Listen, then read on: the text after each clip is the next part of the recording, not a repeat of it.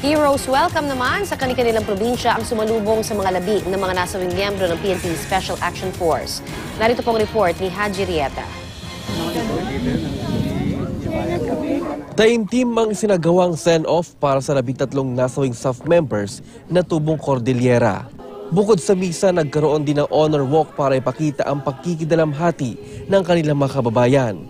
Naiwi na rin sa kanyang tahanan si P.O.2 Franklin Cadap Danao sa Tinok, Ifugao. Sinalubong ito ng mga opisyal ng LGU Tinok, PNP, mga kaibigan at kanyang kababayan. Sa mga alaala na lang binalikan ni Ginang Anastasia Kapinding ang buhay ng kanyang anak na si P.O.1 Loreto Kapinding.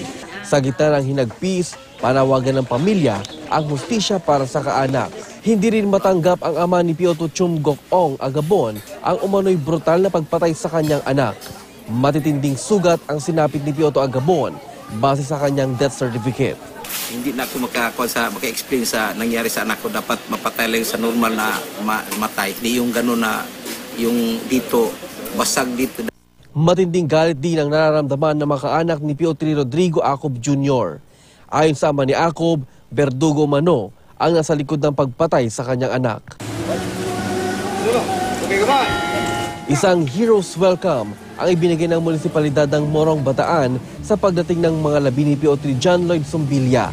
Labis ang lungkot ng may bahay ni Sombilya na 6 na buwan pa namang buntis. Sa Bulacan, walang patid ang pakikiramay kay P.O.3 Junel Kibete. Kahit hindi ka anak, bumubuhos ang luhas ang sinapit ng kababayang pulis.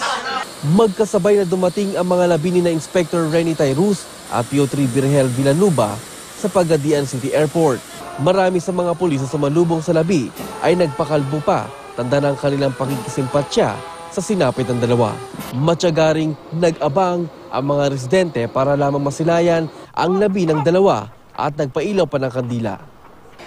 Saludo mula naman sa hanin ng kapulisan at militar sa Zamboanga ang sumalubong sa mga labi ni P.O.3 Victoriano Acain. Ganito sinalubong ng mga taga-Dulag Leyte ang mga labi ni P.O.2 Glenn Bedua. Ang kanyang pamilya, doblang hinagpis dahil hindi nila masilayan ang labi ng anak dahil nasa advanced stage of decomposition na ito. Kahapon, emosyonal nang humarap sa Secretary Mar Rojas sa miyembro ng PNP staff.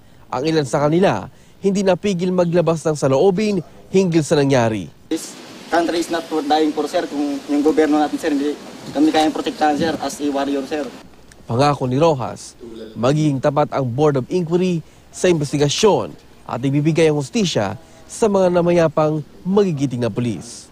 Para sa unang balita, Haji Rieta reporting.